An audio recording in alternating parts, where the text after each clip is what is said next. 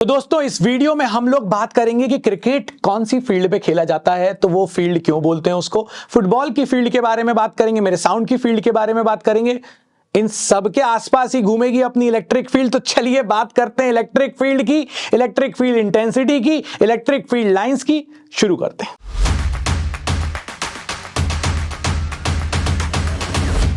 Cricketer जिस ground में खेलता है वो रीजन जहां तक बॉल प्ले में रहेगी, उसके बाहर वो फिर प्ले में नहीं रहेगी, वो उसकी फील्ड है।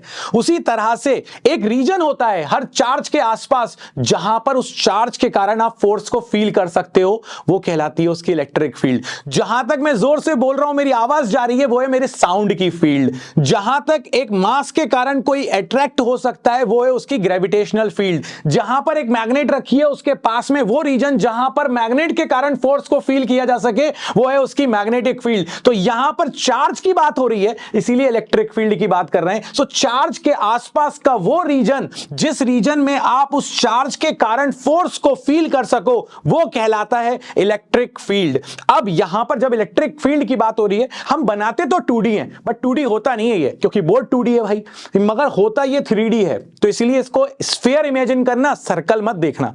और वैसे तो एक रीजन है, वैसे ये बहुत लंबा फोर्स होता है, बहुत लॉन्ग रेंज फोर्स होता है, मगर एक रीजन के बाद जो फोर्स होता है उसकी वैल्यू हो जाती है कम, इसीलिए हम बोलते हैं भैया इसके बाद इसका कोई इंफ्लुएंस नहीं है। अब आ जाओ जरा, इसका वेक्टर है कि स्केलर है, तो भैया डायरेक्शन तो मैटर करती है यहां पर, इसीलिए इलेक्ट्रिक फील्ड एक वेक्टर फिजिकल क्वांटिटी है। जब इलेक्ट्रिक फील्ड की बात की जाती है तो दो चीजें निकल कर आती हैं, electric field intensity, electric field lines.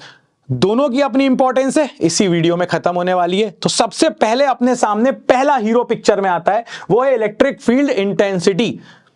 कैसे निकाले इंटेंसिटी? मेरा दोस्त था, मेरे सामने था, हमने कहा आजा भाई अपन पंजा लड़ाते हैं। हम दोनों ने एक दूसरे की तरफ फोर्स लगाया, हमने यहां पर एक मीटर लगा दिया जो बताएगा फोर्स की वैल्यू। मेरा हाथ ऐसा जा रहा है, उसने भी फोर्स लगा के रखा हुआ है, मेरा फोर्स ज्यादा है, मगर कितना ज्यादा है? क्योंकि फोर्स मीटर तो रिजल्टेंट फोर्स बताएगा कि रिजल्टेंट फोर्स इस समय कितना है। मेरा फोर्स कैसे पता चलेगा? मैंने कहा भाई सुन, मैं फोर्स लगा रहा हूं तो अपना फोर्स जीरो कर ले। उसने फोर्स को जीरो कर लिया, मैंने हाथ दबा दिया उसका, तो जो रीडिंग आई वो मेरे फोर्स की आई। भैया मुझे चाहिए एक रीजन, एक ऐसा इलेक्ट्रिक फील्ड इंटेंसिटी उस पर्टिकुलर चार्ज के कारण। तो हम यहां पर एक नया कॉन्सेप्ट लेकर आते हैं जिसको अपन बोलते हैं टेस्ट चार्ज। टेस्ट चार्ज बोलता है मेरी कोई औकात नहीं है, ना मैं किसी पे फोर्स लगाने वाला हूं।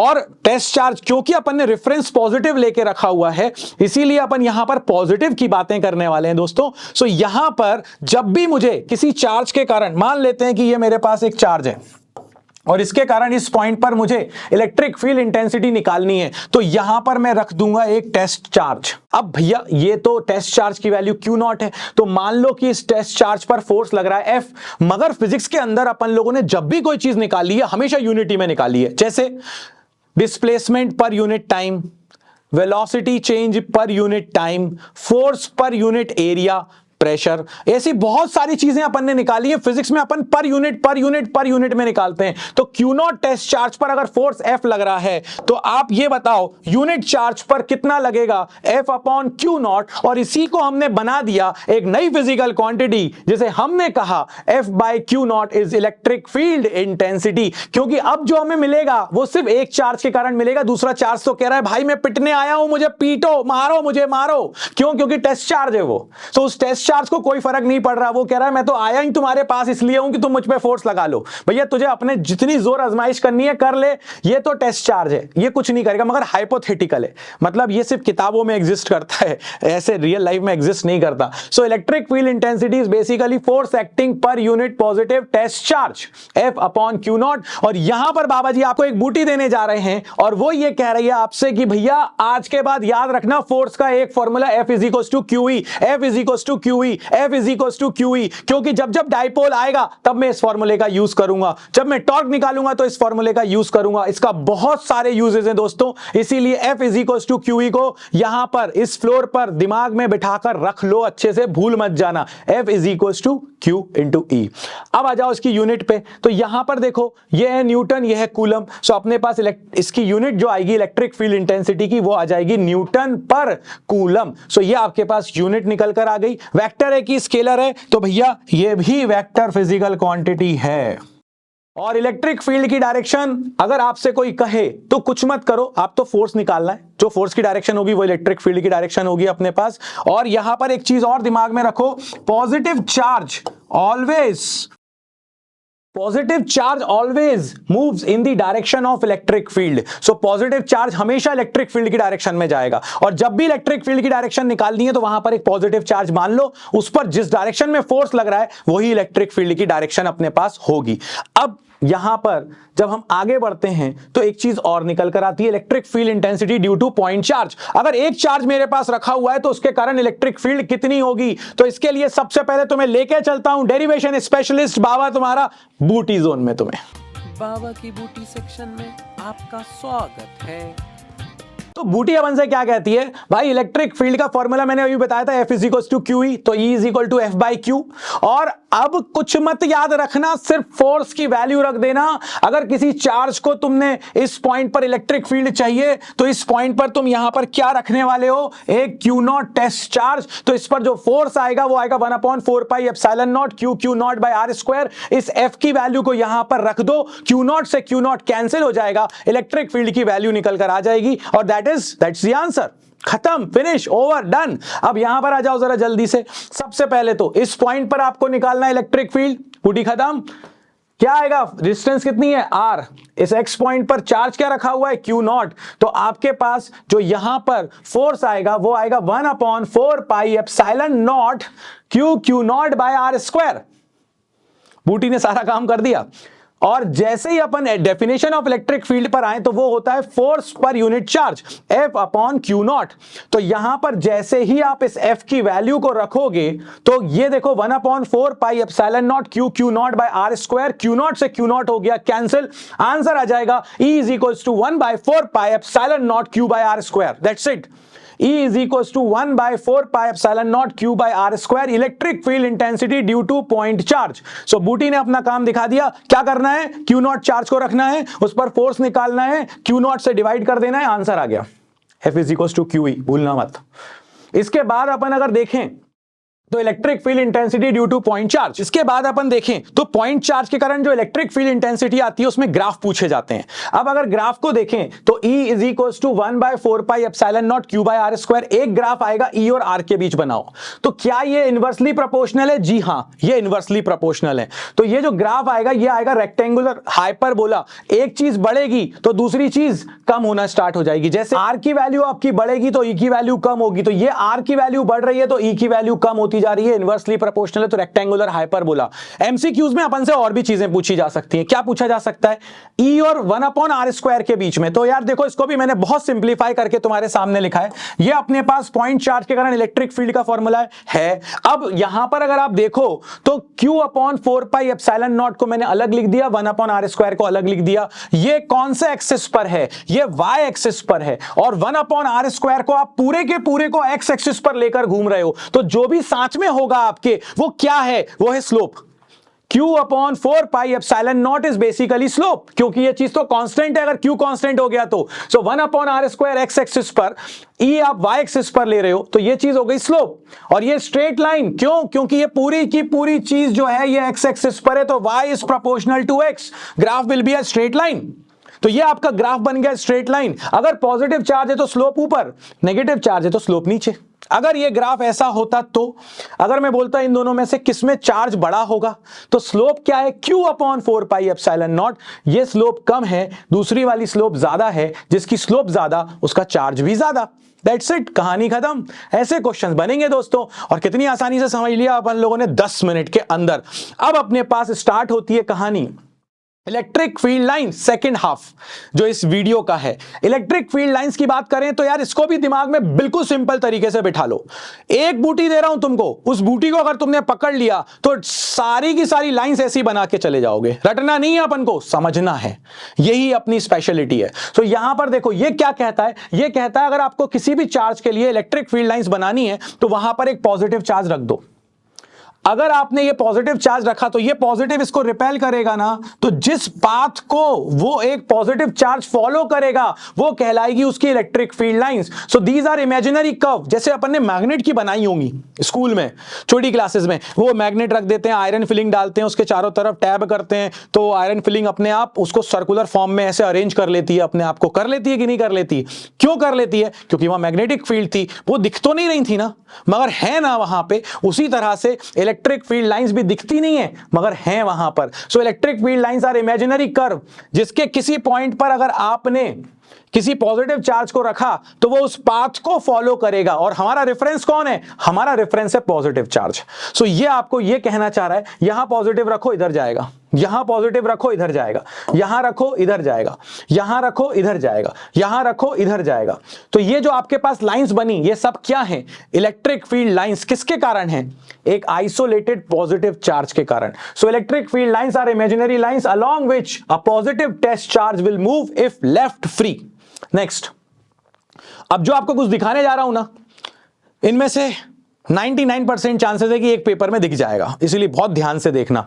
ओके, अगर आपके पास दो लाइक चार्जेस हैं और इनका मैग्नीट्यूड इक्वल है, लाइक चार्जेस या तो दोनों पॉजिटिव हों या दोनों नेगेटिव हों, ये मैंने दोनों पॉजिटिव ले लिए। अगर मैं यहां पर देखूं वो पॉजिटिव चार्ज को रखूं तो यार ये रिपेल करेगा उसको। अब ये जाना तो इधर चाह रहा था, मगर जैसे ही सेंटर वाले हाफ को क्रॉस करेगा अब ये डोमिनेटिंग हो जाएगा। अगर ये डोमिनेटिंग हो जाएगा तो ये बोलेगा तुम उधर जाओ। तो इसीलिए ये जो अपनी फील्ड लाइंस हैं, ये जो पॉजिटिव चार्ज है वो यहां से आते हुए ऐसे ऊपर का रास्ता चला जाएगा, रिजल्टेंट फोर्स की डायरेक्शन में चला जाएगा, वो कभी भी इधर आके इसको इंटरसेक्ट करने वाला नहीं है। सो अगर आपने यहां पर पॉजिटिव चार्ज को रखा तो ये आएगा और ऐसे, इधर रखा ये इधर ऐसे। सो ये आपके पास जो बनेंगी लाइंस ये कहलाएंगी इलेक्ट्रिक फील्ड लाइंस। कब? जब दो लाइक चार्जेस हैं। लाइक चार्जेस के केस में बंटवारा बिल्कुल बराबर का होता है। सो बीच में एक डैश लाइन बना लेना, यहां की लाइंस ऐसे इस लाइन के अलोंग ऊपर चली जाएंगी, यहां से जाएंगी तो ऐसे ऊपर चली जाएंगी, इधर जा रही होंगी तो इधर चली जाएंगी, इधर से आ रही होंगी तो इधर चली जाएंगी। मतलब ये एक दूसरे के एरिया को क्रॉस करने वाले नहीं है, बंटवारा बराबर का हो गया। भाई यहां से तू हफ्ता वसूल, यहां से मैं वसूलने वाला हूं, ठीक है? और नहीं तो फिर गैंग्स ऑफ वासेपुर होने वाली है। देखो कैसे होगी, यहां होगी। अब ये आ गए भाई अनइक्वल, एक बोल रहा है मैं क्यू, एक बोल रहा है मैं 4Q। अब ये बोल रहा है भाई मेरी चलेगी यहां पे, ये बोल रहा है नहीं मेरी चलेगी यहां पे। तो उसने कहा सुन चल पॉजिटिव चार्ज रख के बता। जैसे ही पॉजिटिव चार्ज रखा तो अब देखो इस पे फोर्स लगेगा, मगर ये इसका मैग्नीट्यूड ज्यादा है तो इससे डिस्टेंस ज्यादा होने के बाद भी इसकी पावर क्या रहेगी, इसका फोर्स क्या रहेगा, ज्यादा। तो होगा ये कि पॉजिटिव चार्ज उधर जाने की जगह वापस इधर चला जाएगा, क्योंकि ये तो रिपेल कर रहा है। तो चलेगी किसकी? इसकी। तो अब क्या हुआ? अब कोई बीच की लाइन नहीं बची। यहां से पॉजिटिव इसको रिपेल करेगा तो ये इधर जाना उधर चाह रहा है, मगर इसका इन्फ्लुएंस इधर बहुत ज्यादा है। इसी तरह से ये लाइंस भी इधर। तो अब पूरी की पूरी लाइन ऑफ सिमेट्री जो इधर शिफ्ट हो गई। अब जो डोमिनेंस है वो इस तरफ है, तो ये लाइंस इस तरफ आ रही हैं अपनी। तो ये निकलना भी चाह रही थी उधर, मगर ये वापस इधर क्यों नहीं टकरा रही है वही बताता हूं। अगर टकरा गई तो बहुत कुछ हो जाएगा। एक पॉइंट पर दो डायरेक्शन आ जाएंगी, पॉसिबल नहीं है। इसीलिए ये टकराने वाले तो है नहीं, इंटरसेक्ट करने वाले तो है नहीं। तो ये अपने पास जब लाइक चार्जेस हों और अलग अलग मैग्नीट्यूड के हों तो ऐसा बनेगा। ये देखो ये डोमिनेट कर रहा है और ये वाला बेचारा जाना तो चाह रहा था पिद्दू सा, मगर वापस, क्योंकि सामने वाले का एरिया ज्यादा ताकतवर है। चलो इसके बाद अगर दो अनलाइक चार्जेस हैं और दोनों का मैग्नीट्यूड सेम है तो भैया यहां पर क्या हुआ, ये पॉजिटिव है ये नेगेटिव है, दोनों का मैग्नीट्यूड क्या है, सेम है, मगर एक पॉजिटिव है दूसरा क्या है, नेगेटिव। आप रखो यहां पर पॉजिटिव चार्ज, ये रिपेल करेगा, ये रिपेल करेगा। दूसरा बोल रहा है आजा मेरे पास, मैं तो तुझे अट्रैक्ट करने के लिए बैठा हूं, ये लो ये पहुंच गया। यहां रखा आपने, इसने रिपेल किया, रिपेल करते करते करते इसने कहा आजा आजा आजा आजा, मैं नेगेटिव हूं, टेंशन नहीं लेने का, मेरे पास आने का। जैसे कि तुम लोगों के साथ हो रहा है। नहीं, कई यूट्यूबर्स तुमसे ये कह रहे हैं मेरे पास आ जाओ, मेरे पास आ जाओ, मेरे पास आ जाओ, मेरे पास आ जाओ, है ना? वो तुम्हें अट्रैक्ट करने की कोशिश कर रहे हैं। अरे कुछ नहीं होगा, तुम्हारे मार्क्स वार्क्स सब छोड़ो, अरे पढ़ लेने दे यार भाई, नहीं आएंगे वो अलग बात है, एफर्ट्स तो दे लेने दो। अभी एफर्ट्स भी नहीं देने दे रहे हो तुम मुझे। एफर्ट्स देंगे अपन, और अपन फोड़ के भी आएंगे। जब बाबा जी ने बोल दिया तो बोल दिया। चलो इसके बाद अगर अपन यहां पर रखेंगे पॉजिटिव, यहां पॉजिटिव, ये रिपेल किया, ये इसने अट्रैक्ट कर लिया, तो ये अपने पास ऐसे ओपन लूप्स बन गए, पॉजिटिव से स्टार्ट हुए नेगेटिव पर आकर खत्म हो गए। ठीक, इसके बाद अगर पैरेलल लाइंस हैं तो ये क्या रिप्रेजेंट करेगा, ये रिप्रेजेंट करेगा यूनिफॉर्म इलेक्ट्रिक फील्ड। अब एक एक्स्ट्रा बताता हूं तुमको, यहां पर अगर मेरे पास एक पॉजिटिव चार्ज है और ये मेरे पास एक प्लेट है, कंडक्टर की प्लेट है, अगर कंडक्टर की प्लेट है तो कैसी बनेंगी इलेक्ट्रिक फील्ड लाइंस? तो देखो ये पॉजिटिव क्या करेगा, इन नेगेटिव्स को अट्रैक्ट कर लेगा, इसके नेगेटिव को, और पॉजिटिव को रिपेल कर देगा। तो होगा ये कि पॉजिटिव चार्ज रखोगे तो ये रिपेल करेगा और ये नेगेटिव पर आकर एंड करेगा, मतलब फाउंटेन टाइप ऐसा बन जाएगा। समझ रहे हो? शार जो सर्दियों में तुम अभी कम ले रहे होगे, कुछ इसी टाइप का। सो ये पॉजिटिव रखा, यहां से चला, नेगेटिव की तरफ आ गया, नेगेटिव की तरफ आ गया। तो ये अपने पास जो शार बना है ये तब बना जब एक चार्ज को एक कंडक्टर के ऊपर रख दिया अपन ने। तो ये पॉजिटिव से नेगेटिव, क्योंकि यहां पर नेगेटिव इंड्यूस हो जाएगा। ये भी आया हुआ क्वेश्चन है, कर लेना आराम से। ओके चलिए, तो बढ़ जाते हैं। अब अपन ने सारी लाइंस तो देख ली, अब अपने पास आती हैं इनकी प्रॉपर्टीज, और यहां से क्वेश्चन बनता है। पहली चीज जो अपन ने सीखी, these are open curves, they start from positive and end on negative। वापस घूम के आने का काम नहीं है। एक बार घर से निकाल दिया ना पापा ने, बेटा अब घर में मत आना जिंदगी भर, बस वही वाली बात है। पॉजिटिव से कह दिया जाओ तो वापस मत आना। तो अब ये पॉजिटिव से स्टार्ट होती हैं, नेगेटिव पे खत्म हो जाती हैं, वापस नहीं आती, ओपन कर्व्स। इसके बाद tangent to the field line, किसी भी पॉइंट पे अगर आपने टेंजेंट बनाया, चलो लेके चलते हैं, जैसे यही ले लेते हैं। अब मैं आपसे कहता हूं कि मुझे यहां पर चाहिए एक डायरेक्शन, तो मैं यहां पर क्या ड्रॉ कर दूंगा, एक टेंजेंट। अगर मुझे यहां पर डायरेक्शन चाहिए तो मैं यहां पे क्या ड्रॉ कर दूंगा, एक टेंजेंट। तो tangent at any point will give you what, will give you the direction of electric field.